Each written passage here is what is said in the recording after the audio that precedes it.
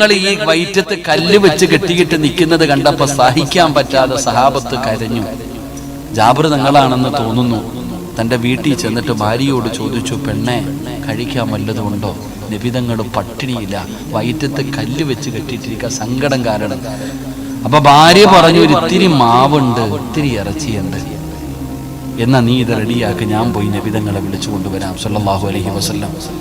സഹാബി നേരെ ഹണ്ടക്കിൽ പോയിട്ട് കിടങ്ങ് കുഴിക്കുന്ന നബിയുടെ അടുത്ത് പോയിട്ട് രഹസ്യമായിട്ട് പതുക്കെ പറഞ്ഞു, നബിയെ എൻ്റെ വീട്ടിൽ ഇത്തിരി മാവുണ്ട്, ചപ്പാത്തി ഉണ്ടാക്കാം, ഇത്തിരി കറിയുണ്ട് നബിയെ, നബിയെ പോയിട്ട് കഴിക്കാം.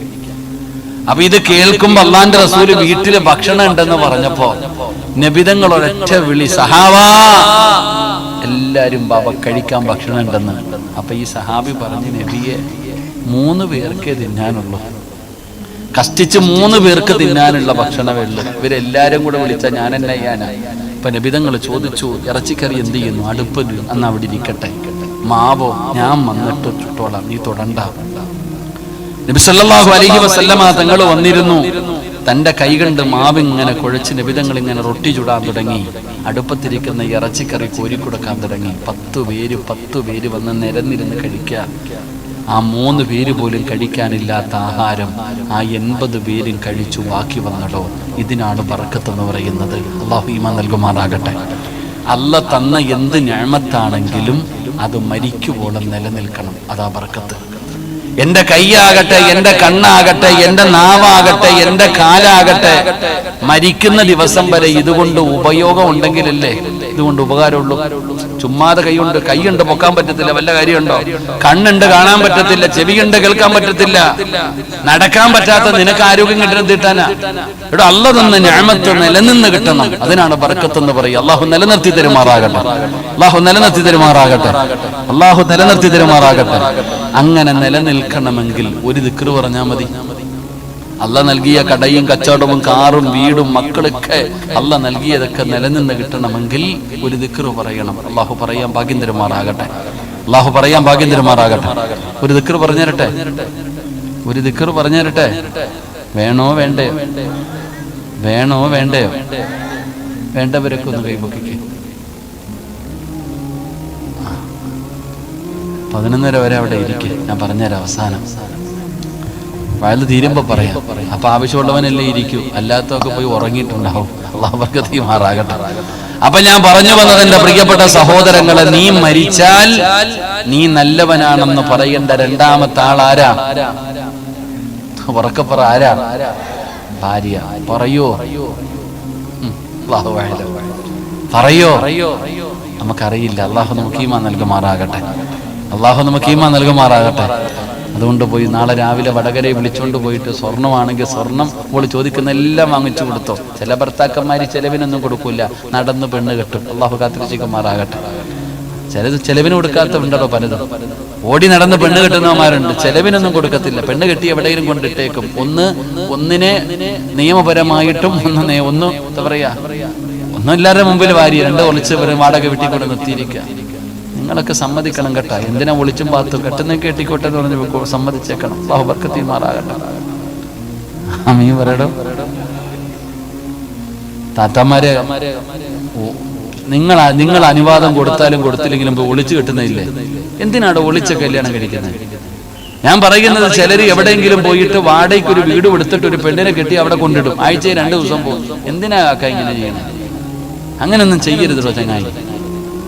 അന്തസ്സായിട്ട് പെണ്ണിനെടുത്ത് ഭാര്യ എടുത്ത് പറഞ്ഞ അവര് പെണ്ണ് കെട്ടി വിളിച്ചോണ്ട് പോകും, കൂടെ കൊണ്ട് നിർത്ത്. ഒളിച്ചും പാത്തും അങ്ങനെ കഴിക്കുന്ന എന്തിനാ? പറ്റിക്കുന്ന എന്തിനാ? അല്ലാഹു നമ്മുടെ ഉമ്മത്തിനെ കാത്തിരക്ഷിക്കുമാറാകട്ടെ.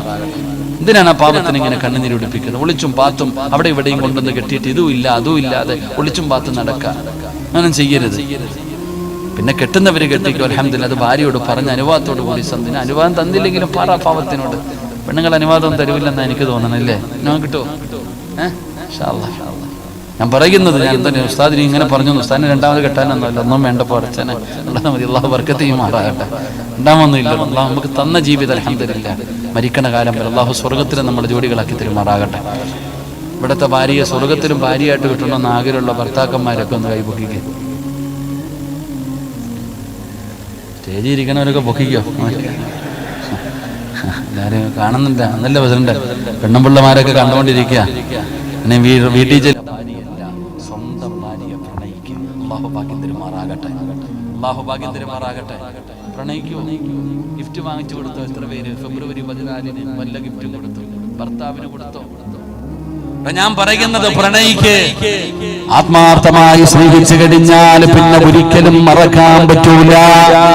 ഞാൻ അങ്ങനെ ഒരു ചരിത്രം നിങ്ങൾക്ക് പറഞ്ഞുകൊണ്ട് നമുക്ക് അവസാനിപ്പിക്കാം. മഹാനായ ആദരവായ പ്രവാചകൻ നബി മുഹമ്മദ് മുസ്തഫ സല്ലല്ലാഹു അലൈഹി വസല്ലമ തങ്ങളെ പ്രവാചകൻ ഒരു ദിവസം വീട്ടിലേക്ക് കടന്നു വരുമ്പോ തന്റെ ഭാര്യയായ ഖദീജ ബീബി റളിയല്ലാഹു തആല അൻഹാ 65 വയസ്സുള്ള ഖദീജ ഉമ്മയ്ക്ക് 65 വയസ്സുള്ള ഖദീജ ബീബി റളിയല്ലാഹു തആല അൻഹാ വീടിന്റെ മുമ്പിൽ കുളിച്ച് ഒരുങ്ങി നല്ല വസ്ത്രം ധരിച്ച് നിൽക്കുകയാ.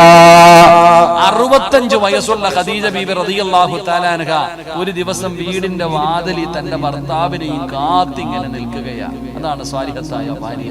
ഭർത്താവിനെ കാത്തു നിൽക്കും പണ്ടത്തെ പെണ്ണുങ്ങൾ. ഇപ്പത്തെ എന്താന്ന് എനിക്കറിയില്ല. അല്ലാഹു ഈമാൻ തരുമാറാകട്ടെ. പൂമുഖ വാതുക്കൽ സ്നേഹം വിടർത്തുന്ന പൂന്തിങ്കളാണെന്ന് ഭാര്യ എന്ന് പണ്ടാരോ പറഞ്ഞ പോലെ എടോ ഭർത്താവിനെ കാത്ത് ഭാര്യ നിൽക്കും. പണ്ടത്തെ പെണ്ണുങ്ങള് ഭർത്താവ് കഴിക്കും ഇതൊക്കെ പറയാൻ പേടിയാണോ? ഇപ്പം ഇൻസ്റ്റാഗ്രാമിലൊക്കെ എന്നെ ഇട്ട് അലക്കിക്കൊണ്ടിരിക്കുക, ട്രോളിക്കൊണ്ടിരിക്കുക ആൾക്കാർ. ഞാൻ കുറച്ചു ദിവസം മുമ്പ് പ്രസംഗിച്ചു ഈ ഡ്രൈവിംഗ് പഠിക്കുന്നതിനെ കുറിച്ച്. പെണ്ണുങ്ങൾക്ക് ഇപ്പൊ ആണുങ്ങളുടെ അടുത്ത് പോയാൽ ഡ്രൈവിംഗ് പഠിക്കുന്നത് എന്തെല്ലാവാ പറയണത്. റബ്ബേ പഠിച്ചവനെ, കബറി കിടക്കണ വാപ്പാനെ പോലും വെറുതെ വിടൂല്ലേ മാരി. പിന്നെന്ത് ചെയ്യാനാ? സ്വർഗം കിട്ടുമല്ലോ. അള്ളാഹു ഭാഗ്യം തരുമാറാകട്ടെ, അള്ളാഹു ഭാഗ്യം തരുമാറാകട്ടെ. അള്ളാഹു അവർക്ക് ആഫിയത്തുള്ള ദീർഘായുസ്സ് കൊടുക്കുമാറാകട്ടെ. നമ്മളെ കുറ്റം പറയുന്നവന് വേണ്ടി എപ്പോഴും ദുആ ചെയ്യണം, ഓൻ ആഫിയത്ത് ആരോഗ്യം ഉണ്ടാകാൻ. അല്ലാതെ വിഷമിക്കരുത്. നമ്മളെ കുറിച്ച് ഈ നാട്ടിൽ ഏറ്റവും കൂടുതൽ കുറ്റം പറയുന്നവന് ആഫിയത്ത് കിട്ടാൻ വേണ്ടി ദുആ ചെയ്യണം. എന്തുകൊണ്ട്? അവൻ ചെയ്യുന്ന നന്മ മുഴുവനും നമുക്കുള്ളതല്ലേ. പിന്നെ എന്തിനാ നമ്മൾ വേണ്ടെന്ന് പറയണേ? നമ്മളെന്തിനാ വേണ്ടെന്ന് പറയുന്നേ? ഖദീജ ഉമ്മ വാരി കൊടുത്തു. അല്ലാഹുവിന്റെ പ്രവാചകനും ഖദീജ ബീവി റളിയല്ലാഹു തആല അൻഹയും ഭക്ഷണം കഴിച്ചു. ഭക്ഷണം കഴിച്ചു കഴിഞ്ഞപ്പോ അല്ലാഹുവിന്റെ റസൂലിനോട് ചോദിക്കുന്നു, യാ റസൂലല്ലാഹ്, നബിയേ,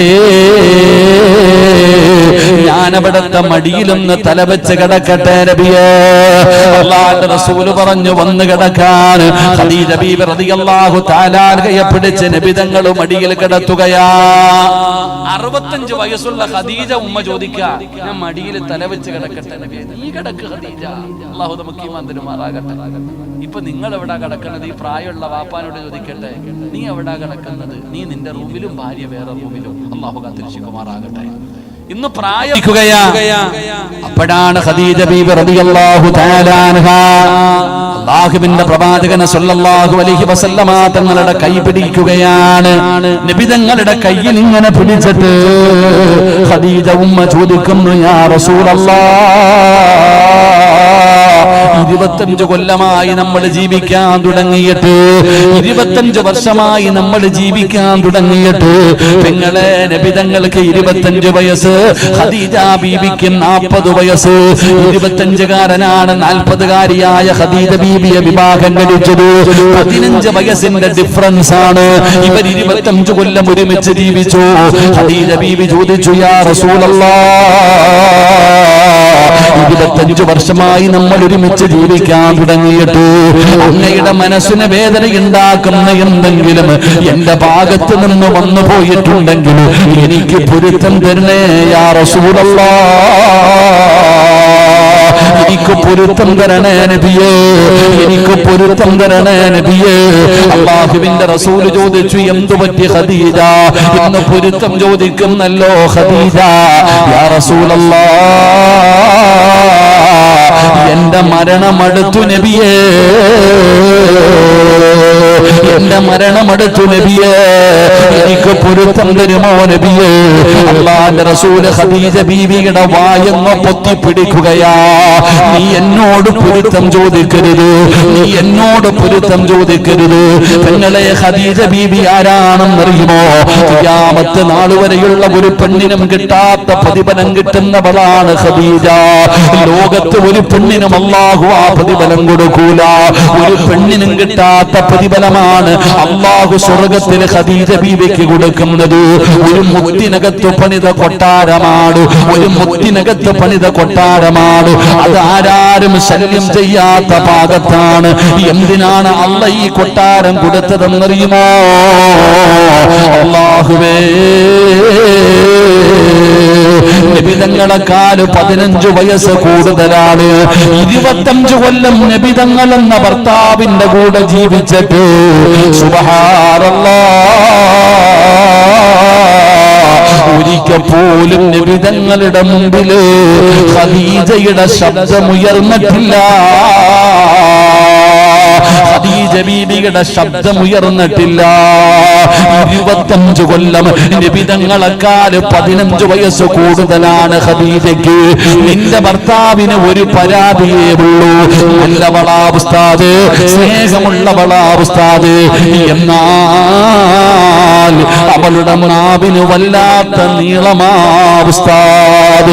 പറയുമ്പോ മനസ്സ് വല്ലാതെ തളർന്നു പോവുകയാണ്. പടച്ചവനെ, സങ്കടം തോന്നാറുണ്ട്. പെങ്ങളെ, ഭർത്താവിനെ സ്നേഹിക്കു പെങ്ങള്, ഭർത്താവിനെ ബഹുമാനിക്കു പെങ്ങള്, ഭർത്താവിനെ ആദരിക്കു പെങ്ങള്. ഭർത്താവിന്റെ മുമ്പിൽ നീ എന്തിനാ കിടന്ന് ശബ്ദം ഉയർത്തുന്നത്? ആ മനുഷ്യന്റെ മനസ്സു വേദനിപ്പിക്കരുത് പെങ്ങള്. ആ മനുഷ്യന്റെ പുരുത്തം നിനക്ക് വേണ്ടേ പെണ്ണ്? അല്ലാഹുവിന്റെ റസൂലിന്റെ കൂടെ 25 കൊല്ലം ജീവിച്ചിട്ട് ഒരിക്കൽ പോലും അല്ലാഹുവിന്റെ റസൂലിന്റെ മുമ്പിൽ ശബ്ദമുയർത്താത്തവളാ ഖദീജ.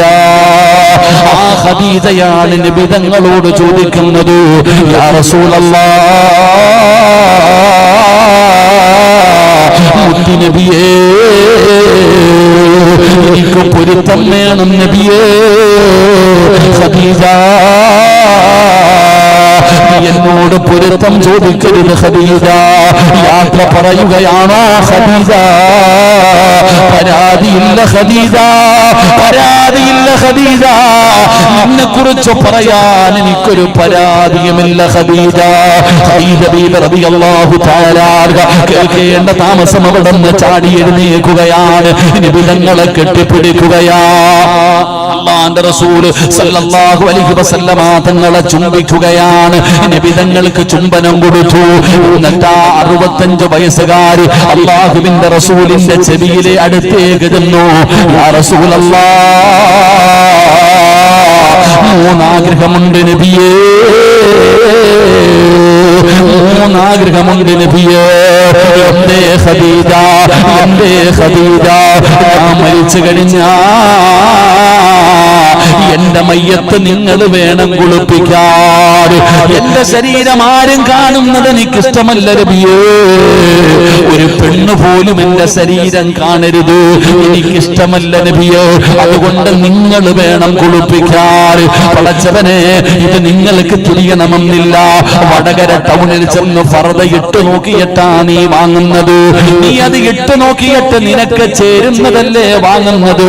അങ്ങനെ വാങ്ങിയ ഫർദ രണ്ടാമത് വീട്ടിൽ കൊണ്ടുവന്നിട്ട് എന്തിനാ നീ സ്റ്റിച്ച് ചെയ്യുന്നത്?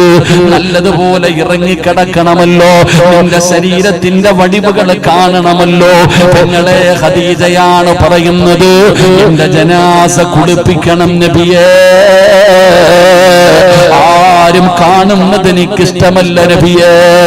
അല്ലാഹുവിന്റെ പ്രവാചകൻ പെട്ടെന്ന് സമ്മതിച്ചതോ? ഖദീജ പറയുകയാ, ഞാൻ മരിച്ചു കഴിഞ്ഞ കഫം പൊതിയുമല്ലോ,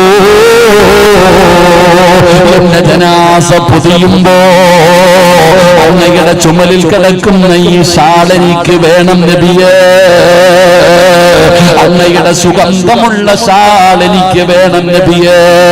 കാരണം ഖിയാമത്ത് നാൾ വരെ ഖബറിനകത്ത് കടക്കാറുള്ളതാ. എനിക്ക് സുഗന്ധം വേണം നബിയേ. നിങ്ങളില്ലാതെ പറ്റൂല, നിങ്ങളില്ലാതെ ഉറങ്ങാൻ പറ്റൂല. നിങ്ങളെ ഇതിനാണ് സ്നേഹമെന്ന് പറയുന്നത്. അല്ലാഹു ഭാഗ്യം തരുമാറാകട്ടെ.